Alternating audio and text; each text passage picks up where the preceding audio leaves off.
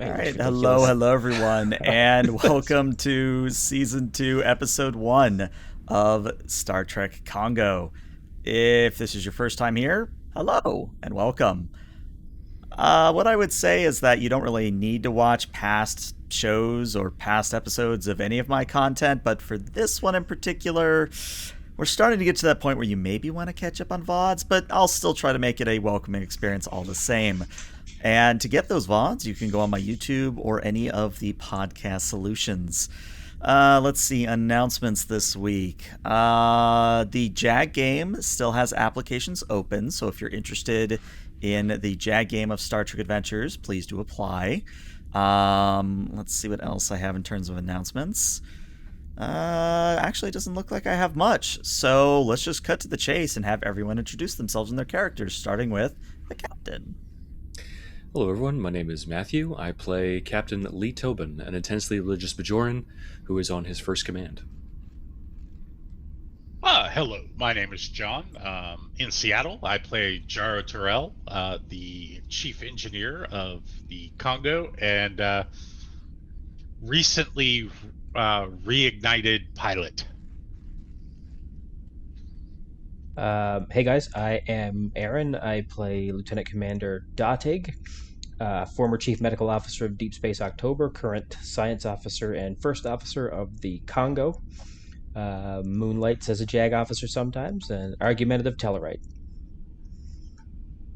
And you can see this box to the side of me is our esteemed colleague Doc Watney, who is going to be showing up a few minutes after the hour.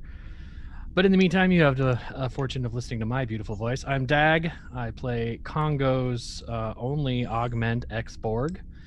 And tonight we're going to have a really good night, I think. If you want to talk about it afterwards, hit me up on Twitter at TrekNexus. If you don't know me by now, I'm ELH the Game Master, and let's just go ahead and get things started. So, I believe Mr. Fives, you have our opening log today. Indeed, I do. And it's my best effort to not have a mute accident this game. Just praying for it. Yeah, that's not going to happen. Let's start the game with a laugh. Lieutenant Fives, personal log. Stardate 94006.3. Congo's en route to support some colonists on Votov III. It's a Class Y or Demon class planet. While it was only discovered recently, Votov III has become an important secret for Starfleet operations in the Sabine Expanse due to high concentrations of benamite crystals. The colonists we're helping are mining the supply to bolster reserves and make QSD more available for long-term missions out here in the frontier. The biodomes supporting the mining colony experiencing issues that threaten the entire operation. Hundreds of lives and the future of QSD for the fleet are at stake. And yet, I find myself feeling more and more distant to the empathetic concerns.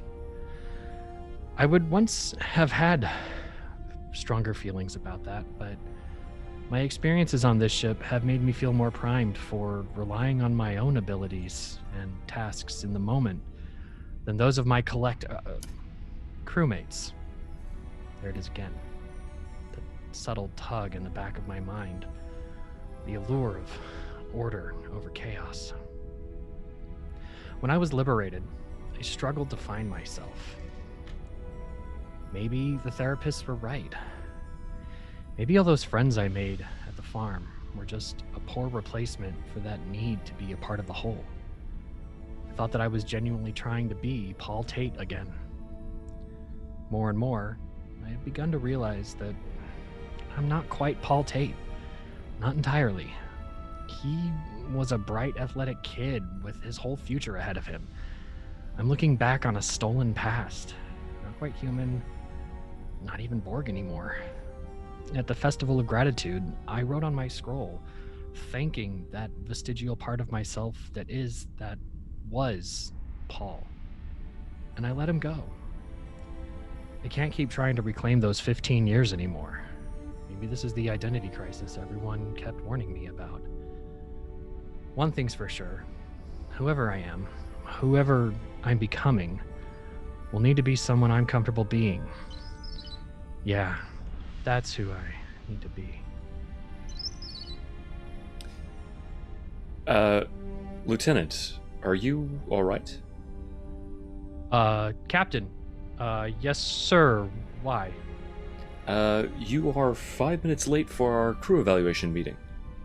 Oh, yes, sir. I will be right there. Five's out. Computer and log. You may have one momentum for that log. And as you can probably tell, our first scene for today is going to take place in Kongo's ready room as Captain Lee and Lieutenant Fives begin combing through the myriad of personnel reports that have resulted from downtime, and it's about that time of year anyway, so you get where I'm going with this. But yeah, it's your scene. I'm going to let you guys run it. You are muted, as is tradition. There you go. Yes, I did it. Fives would rush out of the turbo lift on the bridge, carrying a small package, and swiftly make his way to the captain's ready room. He would take that last beat to make sure his uniform was tugged down, and then he would tap the panel for entry. And from the other side of the door, you would hear Lee enter. And as the door slides open, Captain, sir, all apologies. It's all right, Lieutenant. Are you still feeling some of the effects from our recent shore leave on Deep Space October? I believe the inebriation has passed, sir. Thank you. But I do have something for you. And Fives would hold out a small package of beverages in aluminum cans. This is some Andorian Kolsch from one of the bars on DSO. It's called Kaja's. A nice Cation couple gave it to me after I was able to restore their tickets on one of the luxury cruise liners that was coming through the area shortly. And I thought you might like some. That's very thoughtful of you. I'm given to understand that Andorian cuisine bears, strangely enough, some similarities to Klingon, so they both know their alcohol. Well, I hope you enjoy it as much as I did, sir. Well, thank you. And Lee will rise from his chair, setting down a cup of tea, and he will take the case of Andorian Kolsch. Well, don't usually drink things from cans, but all right. They're temperature controlled to keep it at just the right temperature that the Andorians prefer. Oh. That's a really rather frigid planet, though. How cold is temperature controlled actually for them? I actually think the Andorians like their Kolsch warmer than their own tastes would prefer, sir.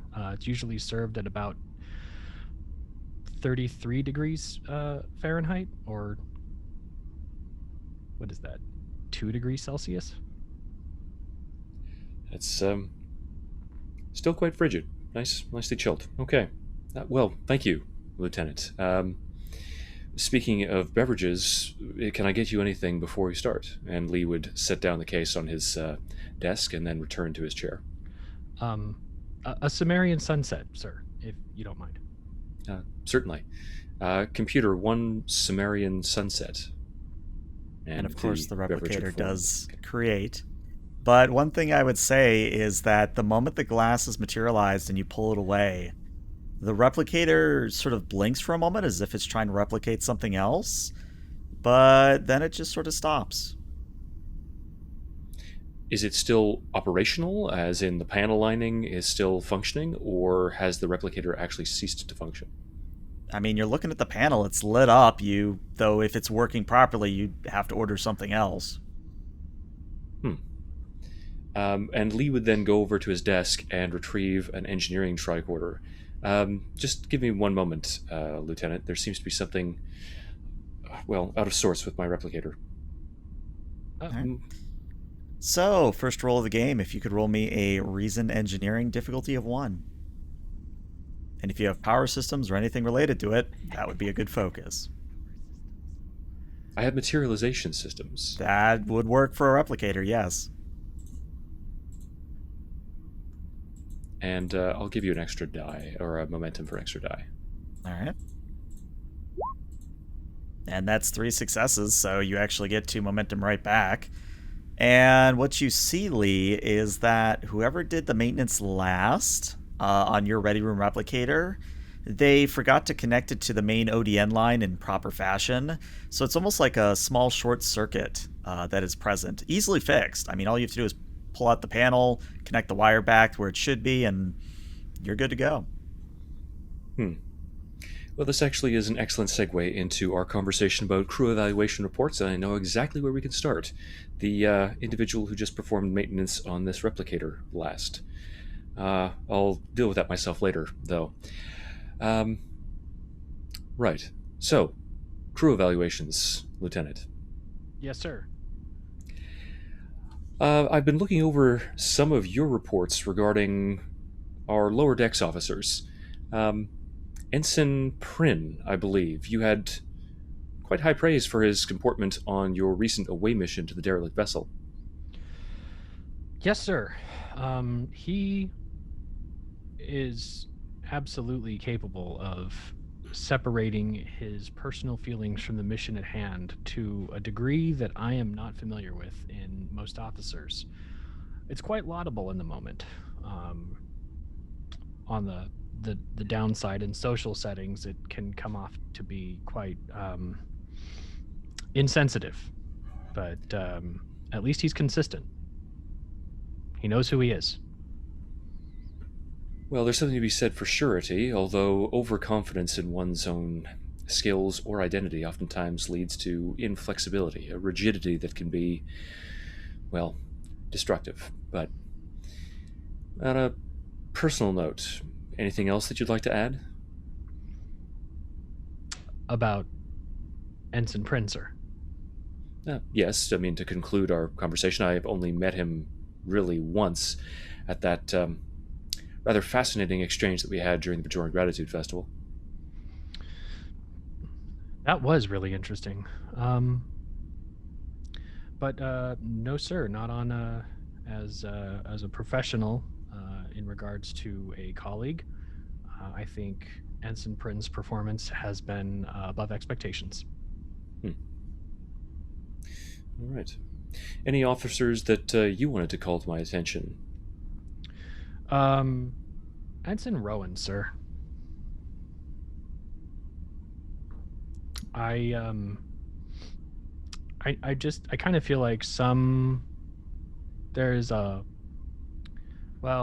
be frank. There's a lack of professionalism on the bridge that can leave some of the crewmen more distracted than usual, or perhaps prone to distraction. Sometimes the conversations veer into personal or recreational territory that can make response times difficult in a crisis situation. Forgive me for speaking so liberally, but you yourself, Lieutenant, have contributed to that, or at least you did.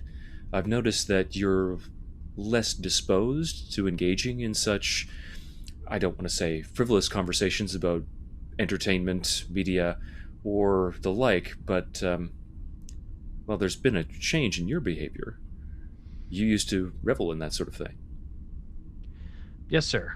It was in introspection of my behavior that I began to realize that there were elements around the bridge that both contributed to it and that I was contributing to. And I realized that those behaviors are probably not the most apt for your chief security. If anything were to happen on the bridge, my attention needs to be on the displays and the readouts to make sure the ship can react and respond accordingly, so that I can order security teams to the appropriate places. And I do want to let you know that I apologize for being that lax in my duty, and I am working on stepping up my game, sir. I appreciate the diligence, Lieutenant, and I have spoken in private with a few of the officers who've been involved in creating a less than professional atmosphere or tone on the bridge, but again, I appreciate your willingness to accept some measure of responsibility for that, let's say, unprofessional atmosphere. But I get the sense that there might be something more. It's a rather harsh self-assessment. Being on a ship again. No, I'm not sure I want to talk about it right now, sir. Of course, that's entirely your right, and I apologize if I pressured you to feel as if you have to share anything. I understand. No, go ahead, Lieutenant, please. I do apologize, sir. I don't mean to interrupt. It's, I spent all that time in recovery, and there definitely was a rigid routine, and I think I leaned into spontaneity, trying to reclaim who I thought I was supposed to be, who I thought others wanted me to be. And I had read logs from former Borg, and quite frankly, they were all so depressing. I didn't want to be one of those people who couldn't get past what they had done as drones. And while I know there's definitely a part of me that recognizes that I'm not personally culpable for my acts when I was in the Borg, but there's still that lingering guilt that might just be a vestige of humanity, if you'll pardon the humanocentric term. Not at all. I understand completely. It sounds as if you're saying that in your effort to ensure that your trauma, if you'll forgive me, didn't define you, you've allowed it to do just that. The identity that you wanted to construct for yourself, the persona that you wanted to project to the world as a declaration of your individuality, of your freedom from that past pain and that guilt, was overdetermined by the very same. Yeah, the doctors called it rubber banding. Like, you have a band made of rubber, like an O-ring, you can snap it and it will go in the other direction sometimes when you're aiming for something different. It's like a metaphor for your path when you try to do one thing the right way and end up in the completely wrong place for it, if that makes any sense, sir. But this personal epiphany has left me reevaluating my place in the grand scheme of things. May I ask in what sense? You've been a valued officer, and your contributions would be missed if you're thinking about changing your career path, or if you feel that Starfleet or return to Starfleet was a part of reclaiming the identity that you had prior to your assimilation. No, I definitely feel a compulsion that I belong here in service to Starfleet, among the stars, exploring and seeing these things. That feels very strong. I by no means mean to say that I am uncomfortable on your ship. You've given me a marvelous opportunity that I'm incredibly thankful for, and I'm not sure any other captain in the fleet would have given me this opportunity so soon after my liberation. It's just a matter of not where I'm supposed to be or what I'm supposed to be doing, but just sort of who I am and how I let certain choices, like eating popcorn on the bridge, define me. And I guess I'm evaluating whether or not that's real or if that's me leaning more into that social pressure of who I think I'm supposed to be. I'm sorry if I'm not making any sense, sir. It's difficult. No, I think it makes a great deal of sense. In large part, we like to think that who we are in those, well, what we claim to be definitional moments of our lives, those moments that test us and that really seem to matter, contribute to who we are most significantly. That, I guess, who we are under pressure really defines who we are. The way I see it, just like virtue is habitual, it's something that you work on and that you execute in every small moment, every day. Who we are is really an amalgamation of all those small moments, the infinitesimally small choices that we make day in and day out, and that aggregate together to make us the person that we want to be. So I can understand why even looking at something as so small as eating popcorn on the bridge might have a profound impact when you think back on the totality of your experience. It's just indicative of those millions of small choices that really make us who we are. I think I see a little more clearly, sir. Thanks for letting me gush during our crew evaluations. Well, crew evaluations are about, it's not just about identifying who is best suited for what positions, but also recognizing that some officers need assistance, that they're not living up to their full potential, or they're not comfortable where they are, or with who they are. If speaking with you and you speaking with me has helped you find a little bit of clarity, then the very spirit of crew evaluations has been realized. I appreciate that. Thank you. You're welcome, Lieutenant.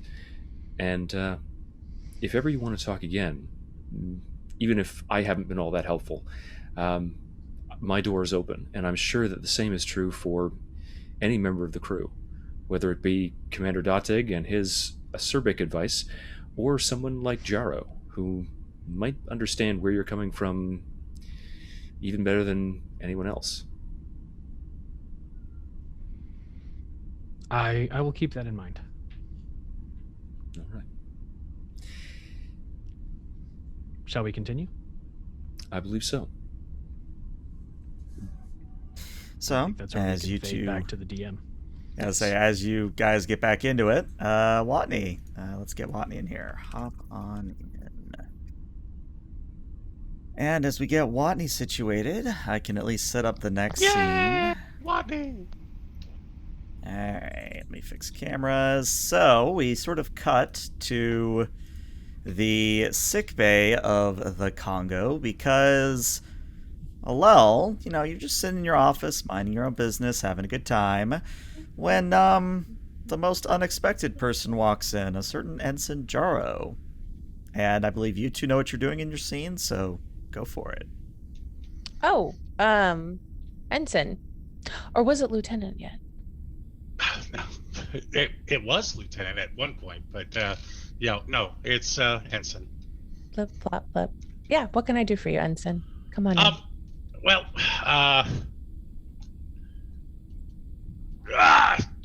yeah, I got a new recruit from DSO. His name's Zax, and well, let's just say he purged the wrong. And he lifts up his shirt and shows some severe plasma burns. Oh no. Is he the new Klingon? Mm-hmm. All right. Come on over. She like ushers over to the yeah, bed. And now I have to go back and look at all the stuff he's been working on. And I gave him a really easy assignment to do some maintenance on the replicator and the captains. Now I'm gonna have to go take care of that. It's just not been a good day. Well, that's the life of the chief engineer, isn't it? Things were going along pretty well until we decided to bring on a completely, barely passed recruit. But I'm venting. I'm sorry. Oh, it's okay. It's like working in a kitchen. If you don't burn yourself every so often, are you really doing anything at all? Up. Yeah. Okay. I'd prefer not to get plasma burns, but you know, I guess. She starts to like scan him to help with like the burns, probably like a dermal regenerator. She's like, well, I mean, you're a pretty good pilot from what I saw. You can go back to doing that. You know, I do enjoy I do enjoy it. And it is something I didn't think I'd enjoy again for quite some time. But I've I've actually enjoyed it quite a bit. But I'm I'm really enjoying the engineering position. Well, I was until uh, Until you got burned or until well, something went wrong. yeah, it's just I don't know. I guess I've got to learn a little bit more about command and how to handle problem children. Well, I guess what made you choose to focus on engineering? Um, honestly, somebody I really admire was a wonderful engineer, and I kind of wanted to be a little bit more like him. Well, do you think that he had bad days too? Oh yeah, I know he had bad days. I bailed him out a couple times, but we were always, I mean, I could have went either way out of the academy, and I decided to go the pilot route because it's just what I was best at. And I think there's something to be said about focusing on something you're not, that's not your main focus. Does that make sense? It's a I'm looking at it as a way of self-improvement. Oh, so it's like if you do the thing you love every day, it will become a job. Is that the human Uh, phrase? yeah, kind of. So now I get to look at whenever I do pilot, um, I get to look at it as a little bit of a treat, kind of like dessert. And engineering's my dinner. Uh, God, these analogies are falling apart. I'm sorry. I think we're both hungry. Is what Yeah, yeah, that makes perfect sense. I've been dealing with all of these things that he has wrought upon engineering. I come to think of it, I haven't eaten yet. Well, are you at the end of your shift, I assume? Yeah. Uh, I guess you're the doctor. I should probably tell you I waited a good 2 hours before I came down to take care of this because I had to fix some of the things that got broken. I mean, you could have just come and gotten a hypo spray for the pain and then went back and then I could have treated you. just replicated a new shirt and just took care of business. I'm trying to, I guess you could say I'm trying to impress the captain with the things that I do. You mentioned self-improvement. Does that involve ignoring injuries somehow? Well, no, I had to make sure that engineering was in good shape before I left because, well, the more and more I look at it, the more and more I have a bunch of really green engineers. And do you think that they are best served by having a chief engineer who is overcome with pain from plasma burns? Well, if I wouldn't have vented the plasma that leaked into the conduit, we might have had some other severe issues, and unfortunately, that took about an hour to do. I see. Are you short-staffed? I guess the best way to put it is when you're training somebody new, it's actually a drain on resources instead of a help. Like a diminishing return. Yeah, so, I'm estimating it's probably going to take me about 2 weeks to get him to the point where he's contributing. I wasn't aware that we brought on board such fresh Oh, recruits. yeah, he barely passed his engineering tests out of the academy. And, well, I guess I got saddled with him. I don't know. I look at it as some kind of test, even though I know it's not. Well, it's not uncommon for ensigns and junior lieutenants to transfer departments to see if they find one that's more suited for them. Perhaps Oh, no, he's this is the only position he qualified for. really. Yeah. And you would think a Klingon would, well, I don't want to stereotype, but you'd think a Klingon would be pretty good at security, but yeah, he grew up on Earth and he's never even touched a bat'leth.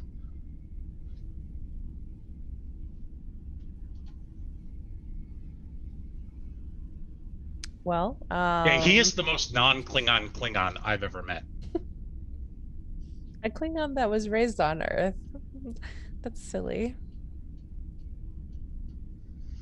She kind of like pauses to like giggle at that for a second. But at least he's a good, I mean, personality-wise, he's a great guy. And maybe I can get something out of him. Long term.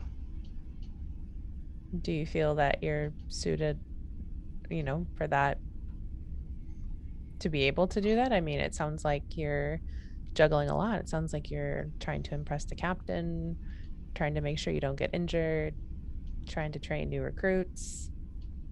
The ship needs to stay to get put together. Well, if I ever want my own chair, so to speak, I need to learn a lot more other things. I mean, the captain here, Lee was an engineer, he was a doctor. He has a pretty distinguished career. Well, with every distinguishment comes bad memories. Oh yeah, I'm sure he's had his share of trials and tribulations. I think we all have. Oh yeah. You know, Jaro, I have to say, I think that I've noticed a change in you since we first met. You were very reserved and quiet, and I rarely saw you come out of engineering, but I don't know. You seem happier, even if you're frustrated. You know what? I am kind of happy right now. But I'm sure something will come along and ruin that. Yeah. As is tradition out here in space. Mm-hmm. Well, I'm going to go get something to eat. Don't know if you've eaten yet or what your shift cycle is, but if you'd like to join me. Oh, I would love to. All right. Okay. So as Alel and Jaro go to the mess hall, we're actually going to skip forward a few hours in time to everybody, well, almost everybody, on the bridge of the Kongo as you arrive in the Votov system. Now, to sort of describe the Votov system a little bit, it is a fairly nondescript system, all things considered, at least in a galactic sense. You have a standard F-type star, not unlike Sol, that is illuminating the planets around it. The inner two planets are Class D rocks, nothing really special there. The third planet is where the colony is, and again, that is a Class Y demon planet with benamite on it. And there is a Class J gas giant out near the Oort cloud. But, as everybody who should be on the bridge is here, what I would say is Lee, Jaro, Fives, as you're looking around, Dotig's missing. Is everyone running late today? Computer, locate Dr. Dotig. Dr. Dotig is, and then right as the computer starts to say it, the turbo lift door opens and Dotig spills onto the bridge. Assume your station, Commander. Aye, sir. And at this point, Rowan sort of turns a little bit in her chair and goes, Captain, we are about 5 minutes out from the colony. Should I open a channel? Please do. She taps a few buttons. That's odd. They're not responding, sir. Is something blocking the signal? Taps a few buttons. As far as I can tell, sir, everything's green. They should be receiving, and I'm not detecting any damage or anything that would be blocking like an ion storm, nothing of that nature. Commander Dotig, can you get focused sensor scans of the colony to determine anything that might be wrong at the location to which we're transmitting? Yes, sir. I'll try a long-range scan now. All right. Dotig, I'd like you to roll me a Reason Science difficulty of 3, and that's actually going to be reduced to difficulty of 2 thanks to the Kongo's advanced sensors. And while you are getting another bit of momentum from chat, it looks like, what I would say is I'm going to actually exercise the complication here in that your complication range is going to be 18 to 20 on this roll. Okay. I'm going to spend a point of momentum for an additional d20. Okay. And is the ship assisting me? The ship will assist you with a sensor science, yes. Perfect. If somebody would like to grab the ship. I have the ship. Nice. Sensor That's science. already 3 Damn. successes. Very nice. Let's see if the ship gets you an assist. It does indeed. So for 4 total successes, you get 2 momentum right back. I believe you're at 5.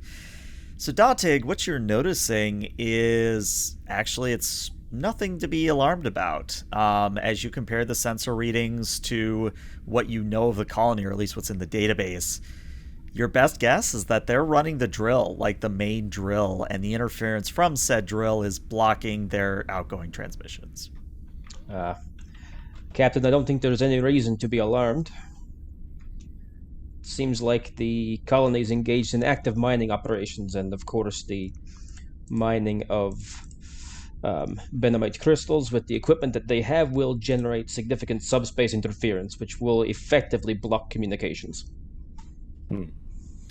Based on the operation of the drill, as you can detect from this distance, do you know how long they've been engaged in mining operations, and is there any indication as to when they might stop? Well, Jim, as a science officer at the science station, can I use my free question to get that Answer info? that question? Most certainly. It looks like they've been mining for about 8 hours straight, which, again, if you compare it to the computer logs on the colony, you're looking at maybe another hour, 2 hours at best. An outlier or an extremely busy day would see them mining at around 10 hours a day. We're approaching the 8-hour mark now, so I expect them to be winding down. Very good.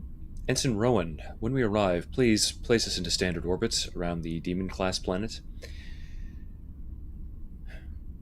And she pauses. I could do that, sir. Anything else? You kind of paused there. No, Ensign, it's quite all right. Dotig, do you believe it would be appropriate for us to arrive unannounced? I hesitate to simply either send a shuttlecraft down or try to beam down if they have transporter enhancers in place without first apprising them of our presence. Well, with Mr. Jaro's help, we may be able to cut through the interference by transmitting in a lower subspace domain. Jaro, your assessment of your ability to modulate the sensors? Actually, I think I might be able to use the planet, well, the crystals themselves as a kind of an amplifier. If I modulate the frequency to match that, I might be able to cut right through. Creating a harmonic resonance using the initial subspace interference wake. Yeah. Essentially using the problem to solve the problem. An innovative solution, Ensign. Make it so. All right, All right. Mr. Jaro, I'd like you to roll me a control engineering. Let's call this difficulty of 3. And you get Alrighty. one source of an assist, and that can be either the ship or it can be someone else in the crew. You know what? Hey, Dante, do you think you can help? Just here. Keep an eye there and modulate that to match. Well, I think I can manage that. Famous last words. All right, so Datig, you are also going to be rolling me a control engineering. And again, the difficulty here is a 3, and you do have 5 momentum. I am going to use 3 of them. Okay. All right, well, that's a crit from Datig, so Datig apparently can watch whatever you had him watch. I told you. Modulate the rebibulating kabobulators. All right, and that is 4 successes, which means that you get 1 momentum back. And yeah, after a moment, appearing on the view screen is a strange alien. And when I say alien, maybe that's not the right word. I mean, there's definitely signs of different species of the Federation. It looks like maybe a Bolian has mixed with a Klingon. It's kind of hard to say, and the reason I say that is because they definitely have the unique blue skin, but their head is composed of several concurrent ridges that almost form in waves as you go further up the forehead. And this individual, as they notice the transmission, turns from her desk and goes, "Oh, hey, you're Captain Lee on the Kongo, yeah?" That's correct. To whom am I speaking? This is Director Sog. We've been expecting you, actually. We had a slight delay as we attempted to cut through the interference that was created by your mining operations. However, we are prepared to render your assistance. That's good. We actually weren't expecting you for another day. Is something changed in your arrival pattern? I believe that we're on schedule. Well, with the way things have been going around here, maybe I'm the one that's lost today. Yeah. Good news is that we have transporter enhancers up. You can be down safely. I'll send you the coordinates. Very good. Thank you, Director. My way party, led by my first officer, will be with you momentarily. Very good. About how many should we expect? 4, 5, 6? I believe you should expect 5 officers. All right, we'll prepare for 5. We'll see you in a bit. Very good. And then the screen goes dark as Director Sog no longer is on the view screen. Commander Datig, I would like you to prepare an away team, and also, Jaro, make sure that you coordinate with your engineering teams. If they require any assistance with their life support or the operation of their habitat dome, we should have our antimatter replicators primed to provide whatever materials they might require. Yes, sir. I'll. Yeah. He kind of just stutters a moment. All right. Jaro, 5s with me. And he'll tap his comm badge and say, Dr. Allel, Ensign Prin, please report to Transporter Room 3. Oh, right away, sir. Do you really need me for this? I mean, I'm really rather busy, sir. Oh, I'm sorry, Ensign. Did I give you the impression I was asking? Well, that would be the polite thing to do, but I suppose probably not. Correct. Transporter Room 3, now. That's an order. Very good, sir. So, as you all abscond to Transporter Room 3, we just skip ahead a few minutes because we don't need to play out the transport process. And as you arrive on the surface of Votov 3, I'm actually going to show you all an exterior view before I show you the interior. And this is because it's kind of important. So if you will imagine that basically there's this giant cavern slash ravine slash almost like, for those of you that have played World of Warcraft, almost the Thousand Needles approach, where there's these great crags of rock that sort of stick out and loom over this poisonous gas-filled area of space where the bulk of the mining operation is located. Now, the habitat, the colony, is on one of these parapets, crags, whatever you want to call them, safely above that sort of noxious layer. Not very high above it, like only maybe 500 feet, if that. So they're pretty still close to the actual bad parts of the class-Y demon planet. But for the most part, what you would be able to tell as you both beam in and as you sort of look at it from the Kongo, from orbit, is that they have all manner of like little support craft moving around. There's worker bees. There's all sorts of automated drones that are descending into the noxious cloud layer and coming back out with crates. It's a very busy colony, all things considered. But as we sort of zoom in the camera to focus on the habitat itself, you all arrive in the director's office.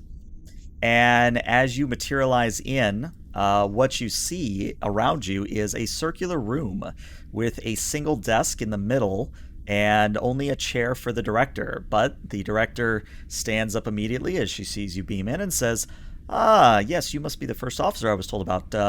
Welcome to Votov III. A pleasure, Director. I'm Lieutenant Commander Keeve Datig.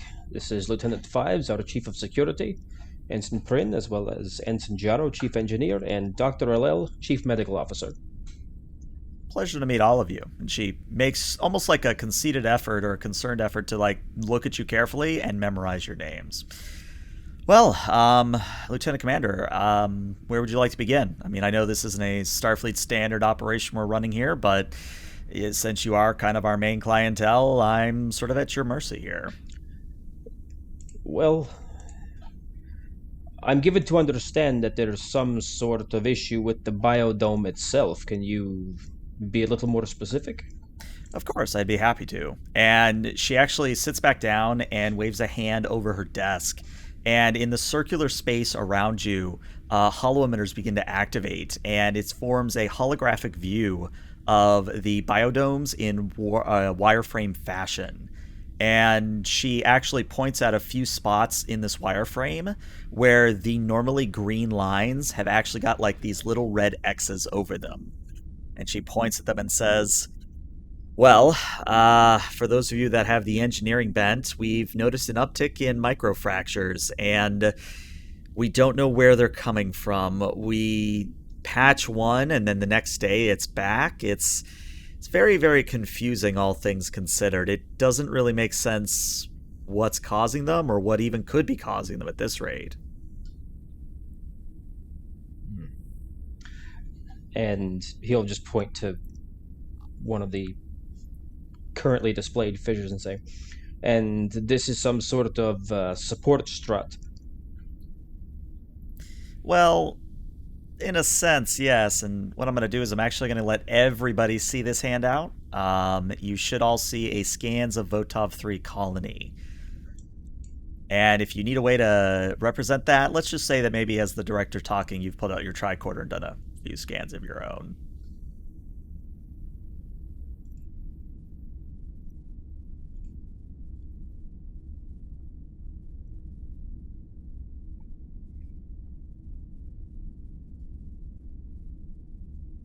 You're muted, Dag, as is tradition.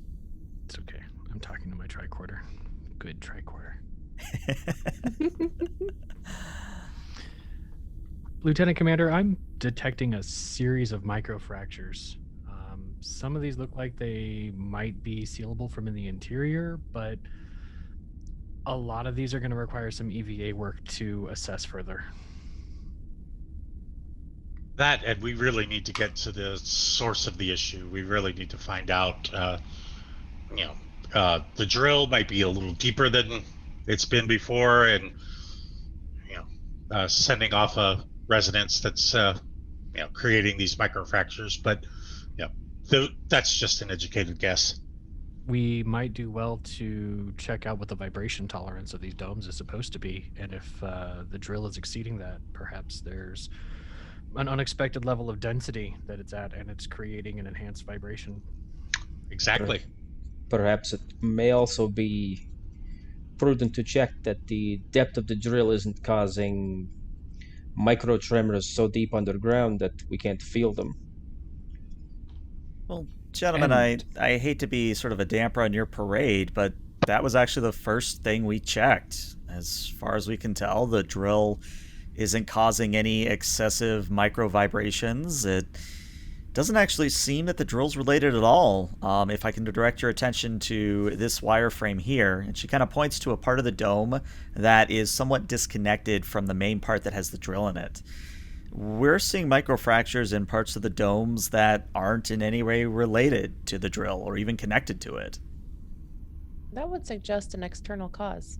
Exactly. And we've done our best to figure out what it is, but we've come up empty-handed.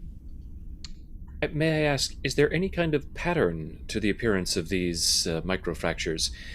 Some kind of system or area of the station that's been particularly affected, or something that's been compromised by their appearance?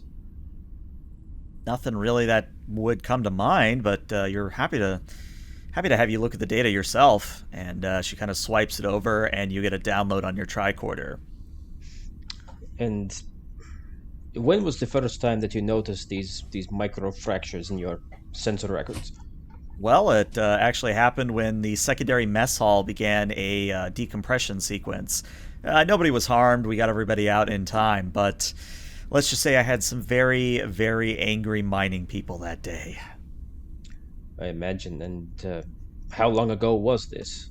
About 3 weeks ago. That was about the same time we called out to Starfleet because we couldn't figure out what caused it.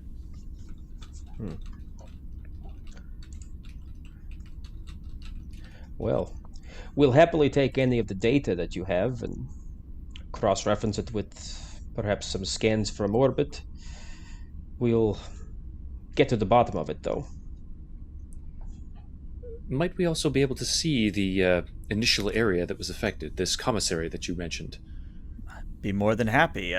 One moment. And she presses a button on her desk and says, Mr. No, you're busy. Yes, you will do just nicely. Miss Shatalik, if you could come in here, please. And after about maybe a minute of waiting, an Endorian enters in behind you, and she is wearing a red tunic. Not Starfleet issue, but just a red tunic in general. And she sort of looks around at all of you and says, you required me, Director? Yes, Shatalik, this is Lieutenant Commander Dotig, Lieutenant Fives, Ensign Prin, Ensign Jaro, Dr. Alel. They would like to inspect the secondary mess hall, if that's all right. And Shatalik, her antenna sort of droop a little bit and says, "Oh, Joy, I'm playing, what's the human expression? Tour guide? Great. Well, if you ladies and gentlemen would follow me." You know, this is probably the most exciting thing that's going to happen to you in your entire life. I mean, you're here mining for crystals on a Ensign. hellish way. Yes. Ensign. Button it. And I think the This director even uniform lets out doesn't a have snicker. buttons.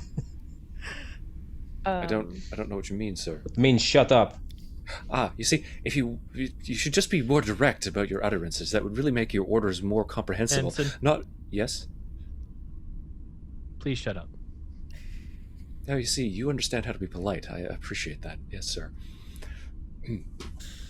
Don't tour guides usually have one of those like things that they hold to their mouth to make themselves sound louder? Shatalik doesn't even dignify that with a response. He just lets out a very deep sigh and starts walking out of the room. You know, we have these things, replicators. We could make you one. She just Doctor, keeps walking. She's not a tour guide.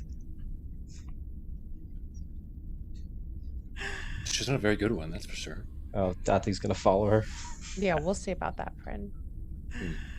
All right. So I'm just going to show you a few places before we get to the main commissary itself.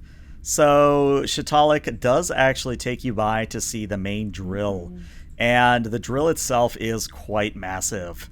The actual bore head is easily the size of a runabout, which For a mining operation like this, means they are mining a sizable chunk of the resources below. They must have hit a really, really good vein to warrant this level of infrastructure.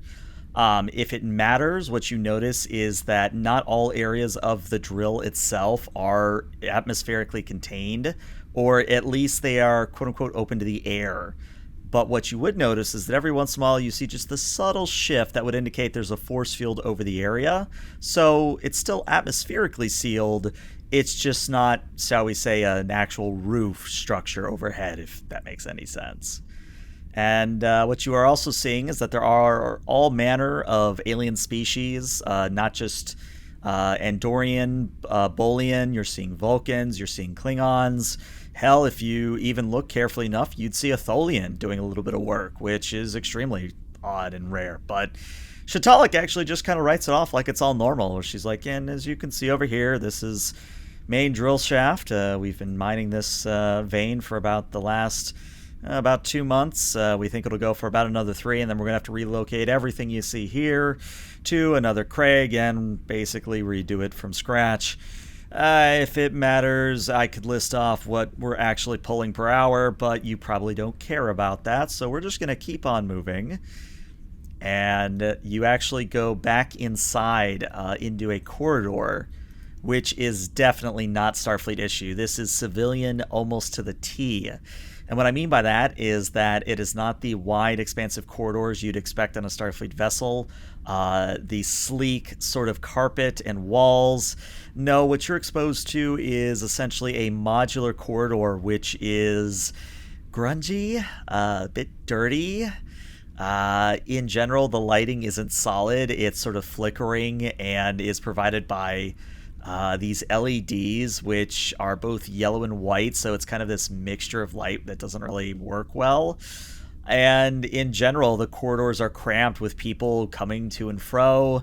There are times where you actually have to stop and like step into doorways to let people pass. It's not a very pleasant experience is what I'm getting at here. But as you all press through the facility, I did want to give you all a moment to, well, roleplay and react to all of what I've just said. Ma'am, may I ask you some questions about your organization? Well, as long as you're not asking me how we do it, sure. Oh, I'm utterly unconcerned about that. That's rather dry. No, I'm more interested in how you've banded together such an exotic and heterogeneous collection of different species. It's really rather intriguing. Well, I mean, the credit mostly goes to the director, if I gotta be honest. I mean, yeah, I'd love to take the credit, but no, director was pretty adamant when she founded the mining company that she wanted to take pretty much anyone who could handle a shovel, handle the drill, knew what they were doing. Very open and accepting environment. And yeah, don't get me wrong, that means that we have some people that are not exactly welcome in the Federation, but they do good work, so we just sort of don't report them, if you get my meaning. How are you compensated? Oh, we get a stipend in Latinum.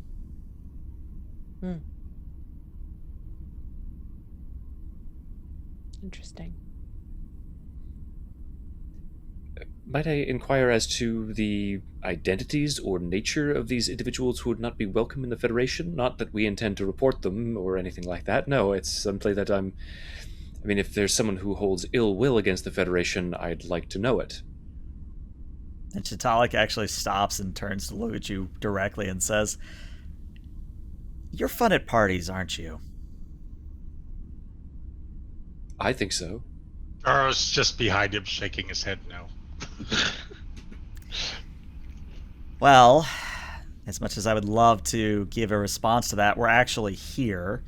And she motions at one of the doors, and the doors, which I haven't described yet, are not not Starfleet issue.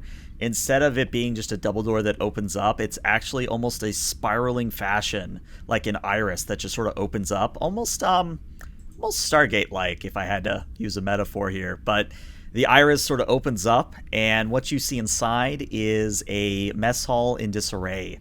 You see that there are tables overturned, chairs overturned. There's bits and pieces of food and food trays that are just sort of skewed all over the place. And as you see this mess, Shatalik sort of sighs and says, yeah, after sealing the room, we thought it best to leave it as is in case one of you Starfleet types could get a better read on what happened here than what we could. But hey, if you need me, I'll be outside. Anybody paying attention would see that Fives is like viscerally disturbed by how just out of whack this room is. Fives, are you detecting any kind of security threat? I mean, unless there's a bar fight, dog, I don't think so. You seem on edge. That's why I ask. It's just it's a mess. It was intended to be left that way, though, for us. Guess that's why they call it a mess hall. Ha! King of the puns. Now see, that guy's fun at parties. You have a horrible sense of humor, and I pity you. That guy is fun at parties. He stood in the corner all during that festival of the captains. That's what you're supposed to do. Why? Why didn't you? I don't think you understand Bajoran cultural rituals, but that's quite beside the point. Now do your job and go scan one of those microfractures. Bryn, calm down or you'll give yourself a rash, please. Or I'll give you a reprimand. Even worse. I just told an officer to do his duty. Isn't that something you should be doing? Aren't we the greatest crew in the fleet? All right, so let me explain a couple of things to you. One, you told a superior officer his own business, which, apart from being bad form, is a violation of the chain of command. Two, well, these human idioms are impossible to avoid, but I really wouldn't advise giving lip to your first officer on an away mission. Is that what that means? I don't want to know what you thought it meant. Lip, it means to be... Then you won't. To speak disrespectfully. Yes, sir. Out of turn, yes. Well, as Date continues to dress down Pren, Mr. Jarrow and Mr. Fives, if you would care to do a tricorder scan, I might be able to give you some information. Oh yeah, for sure. All right, so again, one of you is going to be doing the main role. The other of you is going to be assisting. The role is a reason engineering, and the difficulty on this is, for a reason that is apparent, or will be apparent if you succeed, is going to be a 5, actually. Whew. Hey, Jarrow, do you think that we could network our tricorders to enhance their resolution? Yeah, that's actually fairly simple. Okay. All right, done. Let's go ahead and see what we can get. I'll follow your lead. All right. And let's see. Ooh. We're going to actually spend a determination. Okay. It is an engineering task, so engineering is my new home. Mm-hmm. Is my my value, and I'm going to do all of the. I'm going to do all of the stuff to get 4 dice. Okay, so that would be all of your momentum and 2 threat to me. There you go. And I do not believe I have a focus. Yeah, it doesn't Unless look like you have starship construction comes into. No, I'd give you starship construction if it was a problem with the ship, but this is a biodome and mess hall, so no, unfortunately. There you go. That's 6. That's 6 already, and then Mr. Fives, let's see if you get any on your end. Ooh, complication. I knew that was gonna happen. I knew that was gonna happen. Nice. All right. Well, what I'm going to do is Mr. Fives and Mr. Jaro, I'm going to give you access to a new handout. And as you all read, we're actually going to go back and listen in at the conversation between Prin, Alel, and Datig at this point, as Jaro and Fives are kind of over here doing their scans. And so, I hope you understand my point of view. Well then, respectfully, Commander, although you have articulated your point of view quite clearly, aren't you then setting a terrible example for the crew with your demeanor and the way in which you comport yourself when engaging with your fellow officers? You're quite disrespectful. Am I not just emulating the behavior of my superior officers who should be setting a good example for me?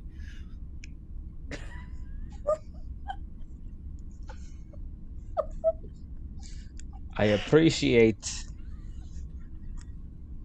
that imitation in human standards is considered the most sincere form of flattery. My demeanor is fine. Don't confuse the words with the intent. Well, I will admit that you have convinced me to change my behavior. I will certainly attempt to be more respectful. After all, I wouldn't want to try to flatter you by imitating you, so... Well argued, sir. I respect the Tellarite commitment to, cantankerousness and argumentativeness. Now you're talking to me. See, that I like. Did you want something, Doctor, or are you just eavesdropping on our conversation? Are you talking to me or Datig? I only see one doctor here. This one gave up being a doctor. He's a doctor. You can't stop really ever being a doctor. It's true, but I am very insistent that only you are addressed as doctor. That I am not. I don't want to undercut your authority as chief medical officer. I remember how much I used to hate that. There you go. So by illustrating or by respecting the fact that he has failed at his career as a doctor, I am really just illustrating my respect for him. I was eavesdropping, Prin. You're so interesting.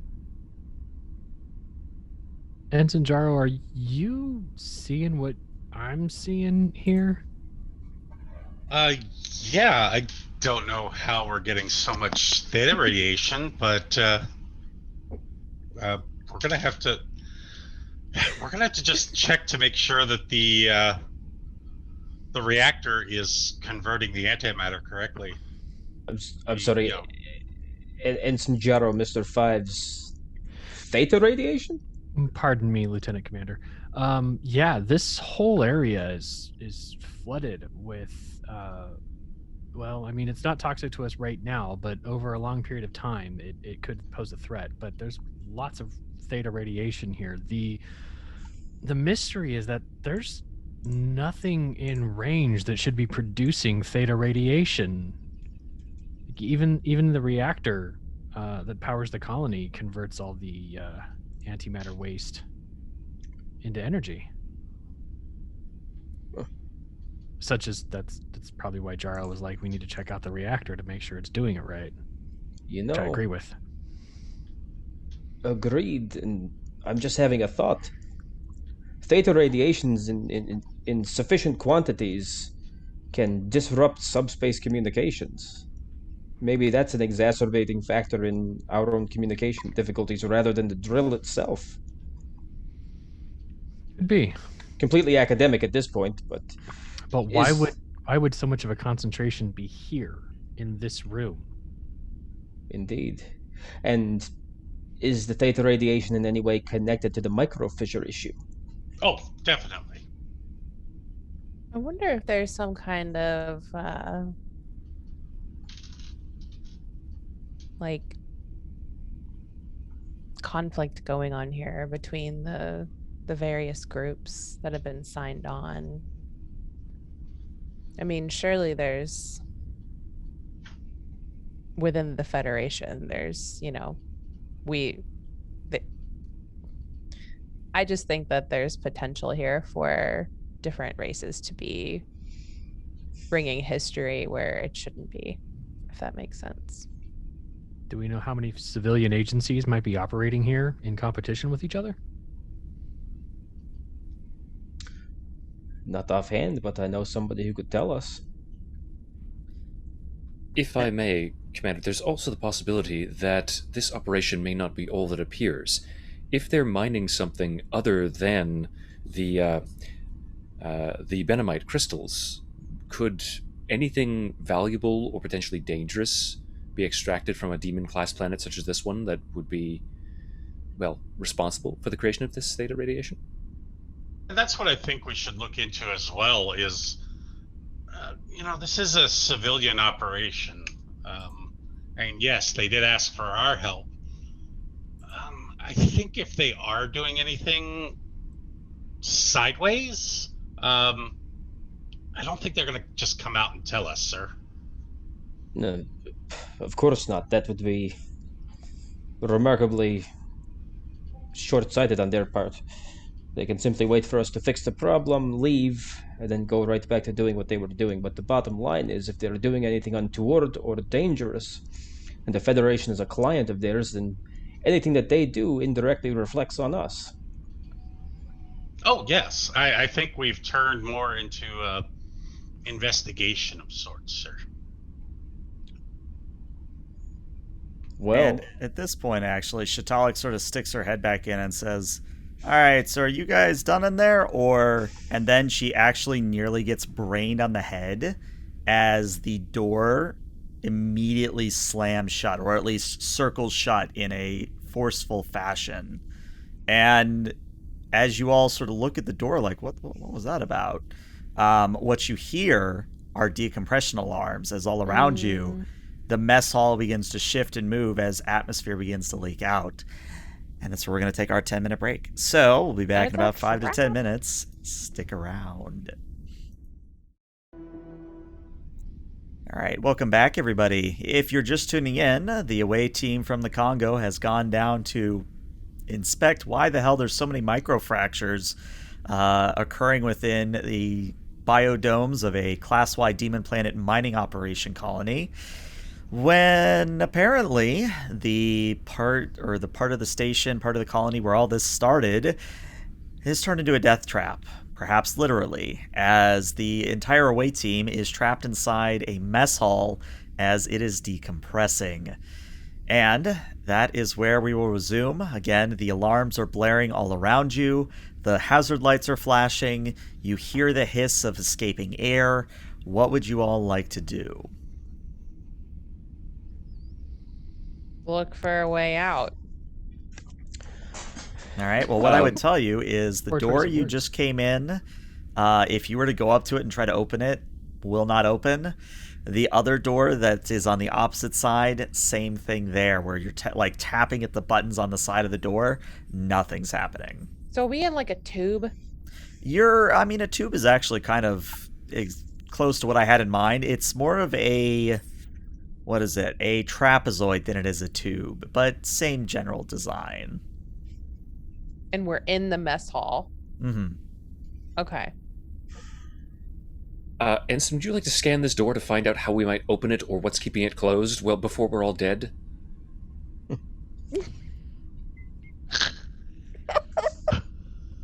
Charo's already starting to scan various exits.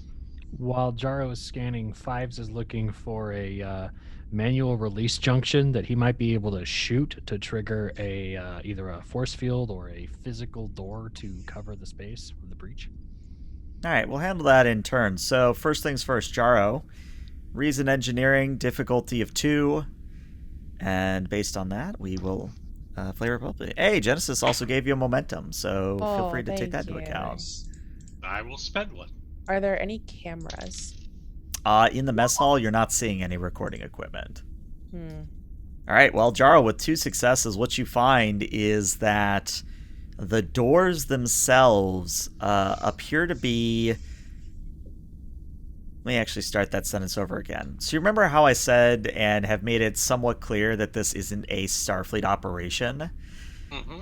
let's just say that the engineering at work here is secondhand, or it's what they've been able to cobble together, which in general means you're not able to find an emergency exit. Like normally you'd have a Jeffries tube, or you'd have, a third door that maybe leads out of the kitchen.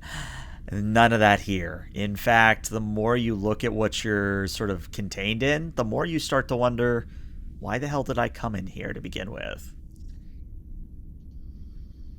Is Shatalik in there with us? No, she is on the other side of the door, and actually you hear her pounding on the other side of the door as if trying to get into you guys. Okay, can we reach the ship?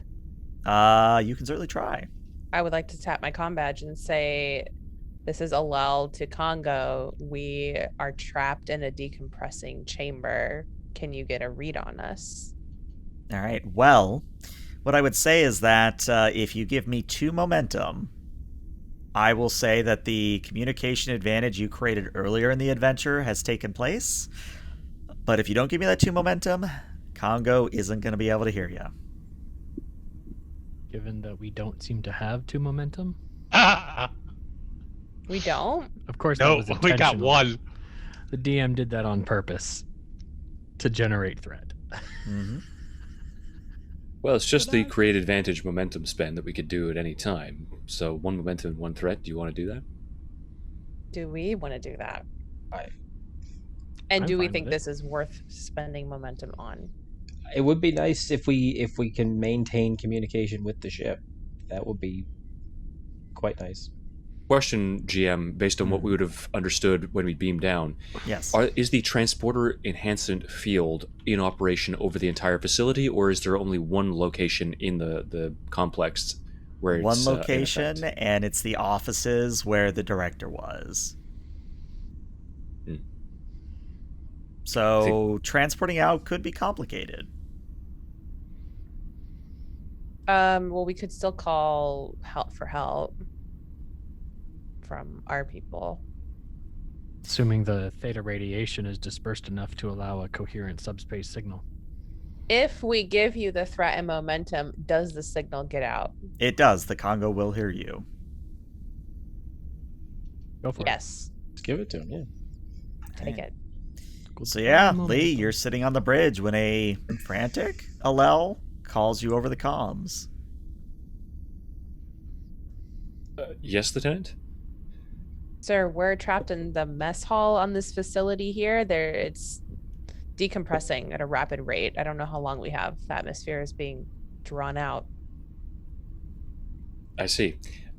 Is there anything that you can do to better facilitate transport? And Lee will then calm down to transporter room 1 and see if they can get a lock on the away team. All right. So you calm down to transporter room 1, and good old Shatalik is there, and she says, not getting any good vibes here, sir. But I'm just you know what? I'm gonna get what was his name? The new Klingon guy. I'm on my way. Give me a moment. And Lee will actually depart the bridge for the transporter room. Are there any kind of readings on the walls? Like I see those knobs in the picture. Can we tell how much air we have left? Yeah, you got about 5 minutes. Okay. Sorry, Datic, I cut you off. No, and I think overhearing that, Datig will turn to Jaro and say, Mr. Jaro, Starfleet engineers have a reputation of being able to turn rocks into replicators. So, and he's going to pull out his Type 2 phaser, gesture at Prinz as well as at Jaro and say, I need you to turn Type 2 hand phasers into transport enhancers. Oh, okay. Yeah, we'll do that. We've got 5 minutes. Yeah, I could do that in 5 minutes. Sure. So Jaro's going to take them, and he is going to copy the wave emitter of the transport enhancer, and he's going to attach it to the superstructure of the mess hall to amplify the signal. Very inventive. Now, don't worry. I have not forgot about you, Dag. I am actually going to let Dag do a roll here, as he wanted to earlier. Maybe that'll get you some momentum. But yeah, Fives, you were looking for some way to get a manual release on the door. And if you could roll me an insight and a security difficulty of 0, please. And I'll take observation as a focus. Most definitely. Insight, security, focus. Go. All right, so that does give you 2 momentum. So I have good news and bad news. Which would you like first? Bad news first, always. All right, bad news. Again, this is secondhand civilian equipment, which means that, yeah, you could blow open the door if you really, really wanted to, but based on what you're seeing, it would cause a cascading problem where you could decompress half of this side of the structure. Okay, that's the bad news. The What's good the news... good You get 2 momentum. Yeah. I mean, that's kind of what I was going to say. Yeah, you do have 2 momentum now. So Well, then- Is there a way to cut the power to the area we're in to shut down whatever mechanism is drawing this air out? maybe I should be a little more clear. It's not so much that the machines, the life support systems are Somebody evacuating cracked the air. window. Yeah, somebody cracked What? the window. Okay. It's I another guess. series of microfractures, presumably. Oh, Mhm. oh. Yeah, the microfractures are getting larger. Probably should have been more clear on that. Okay. Never mind. But yeah. So Jaro, do you want an extended task, or do you want a very high difficulty task? Well, let's see. I've got 5 minutes. We'll do an extended task, though. Okay. Okay. We have a limited amount of time. Let's take a timed task. Yeah. All right, so what I'm going to say then is each interval of time is 1 minute.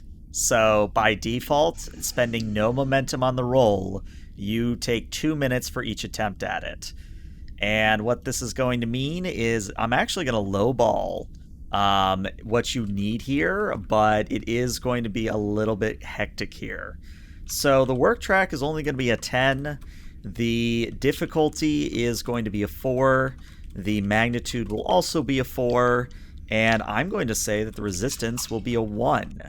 And again, in order to make it so that you have only 1 minute per attempt, you need to spend a momentum before any dice are rolled. Otherwise, it will cost 2 minutes of time and you only got 5 minutes. All right. Yeah. What are we looking at? For you, a daring engineering. Okay. Let's Jury see. rigging seems appropriate in this context. Mhm. Yeah, definitely. We're going to be doing jury rigging because we just need to get it working for a scene. Mhm. So that brings the difficulty down. Difficulty down by 2. So it is a difficulty 2 roll. Okay. So I will spend the 1 momentum to make it a minute. Okay. And I'll spend the other momentum for a 3rd die. Alrighty. And is anyone assisting him with that, or? I would say that if any of you have an engineering above a 3, yes. Otherwise, I think this is Jaro's moment to shine. Above or equal to or above? Above, as in 4 or 5. Dang, I barely have a qualify for 1. this one. All right, let's go see what the first roll is going to be. Welcome to Congo, where the rolls are always by the skin of our teeth. All right, hey, that's 2 successes, which is all you need. So now Jaro, roll me 6 challenge dice. Mm-hmm. All right, Hey, that's so pretty that good. is already 6 work done, unless you wish to spend any momentum or, I guess, threat in this instance. But you will be doing at least 6 work, which is substantial, all things considered. Yeah, we're not going to give you anything. All right. So, you are able to, using, let's say, one of the phasers, you are able to convert one of the phasers into a makeshift transporter enhancer pylon. Now you just have to do that 2 more times. Okay. And we didn't get any momentum. No back, momentum, right? unfortunately. But I didn't adjust the difficulty. Sorry about that. So the difficulty is now 1, and the magnitude is 3.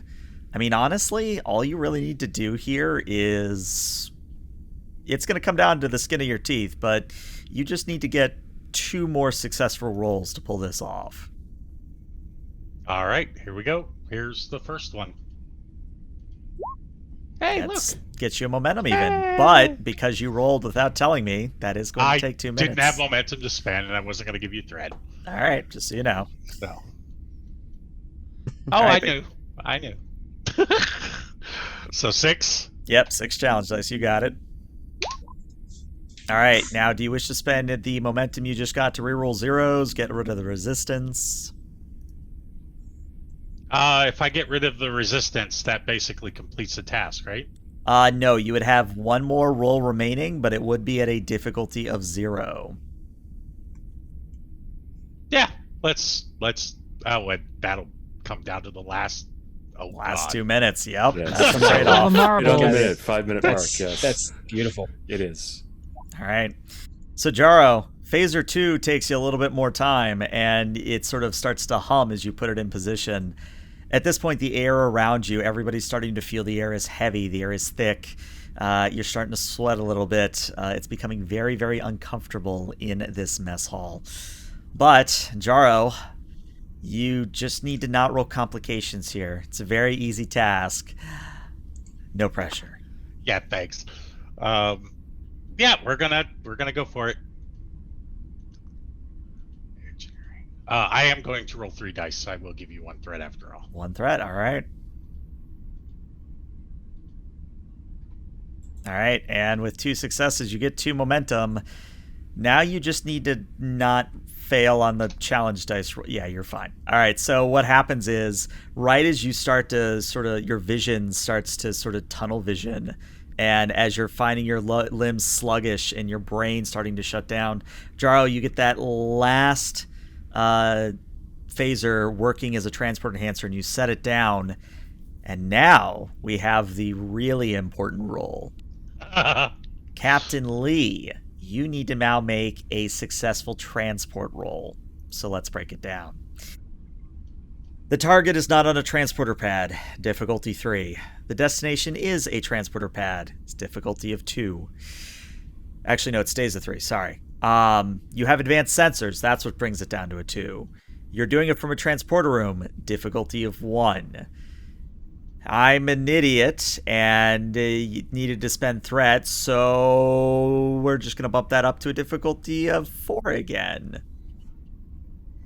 And I should have actually had a focus while I was doing all that, because I do have transporters as a focus. All right, let me go back and look. No, you rolled consistently. It doesn't matter. Yeah, you rolled consistently above a 4, so it wouldn't have helped. Yep. All right, so Cool. Lee, control engineering on your part, sensors engineering on the Kongo's part. All right. So I am going to tap my value that a captain is the father to his crew in light of the conversations that he's had with both Jaro and Dag. Not Dag, but Fives. I do enjoy our conversations, Dag, but it wasn't with you. He is feeling more of a sense of affection and camaraderie with them, to the point that he is almost viewing them as proxies for the son that he has lost, in that he would now be almost the age of Jaro, and really Fives as well, had he not been assimilated by the Borg. So he is motivated by that, and I will pay 2 momentum to roll 3 dice. Okay. I can do the ship. What's the roll? Sensors engineering. I need to see 4 successes here. So 2 with the determination spend. Mm-hmm. Well, that is already 7 successes. All right. So, Whoa. all of you Very nice. dematerialize as you are on your last legs, and you arrive in Kongo's transporter room, gasping for air as you materialize on the pad. Is Fives affected by that being an augment? I would say fives. You're probably a little bit better off than the rest of the away team. But in general, even you were starting. Oh, no, we don't want two Jaros. Even you were starting to feel the effects of the. Secretly a Transporter 2 bits episode. You beamed And- 5 people into one pad onto one, and we're all the same person now. Great. And Lee will grab the emergency medical kit that is probably available by the side of the transporter console, Mhm. and take out the medical tricorder and begin scanning them to see if they have been affected. And All right. 5s will gasp, theta radiation. It's some minor hypoxia. Well, you don't seem to be suffering any permanent ill effects. Your radiation exposure has been fairly limited. What happened down there? Microfractures in the domes. One of them widened to the point where it caused a breach in the area we were in. We need to check with the colonists to make sure they're okay in that section. And it just happened to fracture when you were in that, what was it, a mess hall? Yes, Yeah, convenient. it's a Convenient, little wasn't it? too convenient. Emergency bulkhead sealed, and there we Dave were. lives first. Find out cause later. Right. Our tour guide managed to tell us that there were a number of employees in the facility that were of species that the Federation does not get along with. So I suspect there is some kind of foul play going on. I see. I'd like all 5 of you to report to sickbay for a more thorough examination. When you're ready, report to the bridge. I'm going to contact the director of the colony and begin my own investigation. And actually, as the other 5 are getting ready to drag themselves to sickbay, Rowan comes over comms and says, Captain, we've actually got an incoming from the planet. It's the director. Should I pipe it down to you? Patch it through to the console and the transporter controls. Aye, sir. And as you sort of step over to have that conversation with Director Sog, Jaro, Fives, Prin, Alel, Doctig, unless you wish to linger, you do manage to drag yourselves out. But what happens is, Lee, when you look down at the console with the director's face on it, she looks genuinely concerned. She looks like she was not expecting any of this to happen. Like, she looks genuinely, like, put out of sorts. And she says, Captain, are your crewmen all right? At the last moment, we managed to beam them on board. They're in sickbay recovering now. There were no apparent permanent injuries. What of the officers on your facility? Have there been any injuries there? We had a few casualties, but nothing we can't handle. We actually lost the entire west wing. Moments after you beamed out, the superstructure ripped away and more or less was driven away on the winds. We lost a good number of living quarters. Not gonna lie, we're gonna probably have to hot bunk here until we're able to stand that part of the facility back up. Do you have any idea as to what might have caused the widening of the microfractures? The timing seems to be really rather convenient that my officers were in that section of the facility. I wish I could tell you, Captain, but best that I can give you from our sensor logs was that the emergency bulkheads reacted to an increase in theta radiation. So I don't know if that helps or hurts, but that's what I got. I'd like you to transmit all of the records that you have, and we can attempt to correlate them with our own sensor scans of the planet, perhaps looking at this from 2 different angles and seeing what overlaps, so to speak, might give us some insight into what's happened. Of course, transmitting that data now, and please do understand that if you wish to impose sanctions or deduct pay or whatever the Federation wishes to do, I wish to do make amends. I do not like putting my people in harm's way, and I imagine you as captain don't like the same. Director, I think that we're of like minds on this issue, and if this is an accident, then it's no one's fault, and no one should have to pay the price for it. What matters is that we ensure that no one else gets harmed. And you can see she actually looks a little bit more relieved and says, yes, I'm glad let's just say I was a little bit worried when they said a Federation ship was coming out this way. I was a little worried that it might be one of those Jellicos. Let's just say that Mr. Jellico is a family friend of sorts.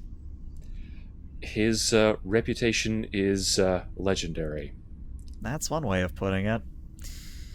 All right, looks like you should have the data now, Captain. If you need anything else or you need my help in anything, my facility is at your disposal.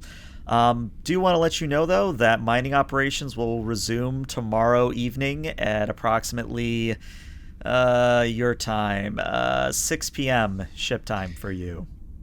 Director, if I may, is that wise? Given that you're unaware of the nature of these microfractures, their cause, do you wish to temporarily evacuate the facility? Wouldn't that be more prudent? And she thinks, actually, she actually considers that and thinks for a moment and says, well, I mean, again, I am very much concerned with the safety of my crew, but let me ask this. I haven't really scanned your vessel because I thought it would be rude to do so, but what's your carrying capacity like? Out of character, what is it? If you were to go standing room only, you could maybe fit 400, maybe. And in the crew, we have, what, 150 people? 150 people at the moment. So you basically have 250 wiggle room. Mm-hmm. What's your complement? 363. That is, unfortunately, beyond our capacity, although in the most desperate of situations, we might be able to orchestrate something with the transporter buffers, if worse comes to worse. Well, and she actually kind of looks over at what you assume is something on her desk, and there's sort of this beeping sound coming from her console, and she says, Captain, were you expecting another vessel? No. Excuse me for a moment. Captain to Bridge? Bridge here, sir. We've got an incoming bogey. Specifically? Wish I could tell you, sir, but they are leaking theta radiation like nobody's business. Can't get a lock. Understood. Director, if you'll excuse me, I need to attend to this matter. Of course. Director out. And Lee, as he's making his way to the bridge, will calm down to sickbay, presuming that they have arrived. Mm-hmm. Datig, I need as many officers who are able to make it to the bridge. We'll be there, sir. Very good. Lee out. All right. And as Lee runs through the corridors to get to the bridge, we actually go to an exterior shot of the Kongo around Votov III. And what you see is this almost, I guess you would call it a cephalopod. At least I'm thinking that's what cephalopods are. Squids, right? I'm not making that up. Okay. So you're basically seeing this cephalopod squid-like shape as it flies closer and closer towards your vessel. And we sort of see that the creature or the ship, it's really hard to tell. It's moving both mechanically and fluidly as if it is almost biomechanical. But what we see is that one of the tips of its tentacles begins to glow and it fires out towards the Kongo. And that's where we're going to end today's session because I'm an asshole. Just give me a theta radiation dose. I'm going to be okay. I got to get to the bridge. But that is where we will resume next time because I don't want to start Starship Combat with only 10 minutes left or about 20-30 minutes left. So we will resume there next time. But yeah, what are you guys liking it so far? Yeah. I will echo Grey Matter GM's sentiment in the chat. No. Yes. Oh, granted to. It's a mind flare spelljammer ship. Oh, I mean, that's honestly, a horrible it's thing. pretty That's close. horrible. That's a terrifying thought, John. Let fives go at it hand to hand. Just shoot him out of the torpedo tubes. 10 episodes in, I haven't been able to use my taser. Let's go. You just do the Riker thing and take the Kobayashi the Riker Maru thing and... is to sit down with my leg over the chair? No. I was That'll just saying, like, impress with the Kobayashi Maru, where he requested an EV suit to go out and engage the enemy ships in hand-to-hand combat. And they somehow that's like obviously beta canon, but they somehow gave him like a commendation for that rather than drumming him out of the academy for being an imbecile. It's the hold my beer fleet. That's what it is. We're gonna rip a hole in another dimension. No, it's steal a warp core from one of their ships. Bring it attach it to our warp core. Dimension.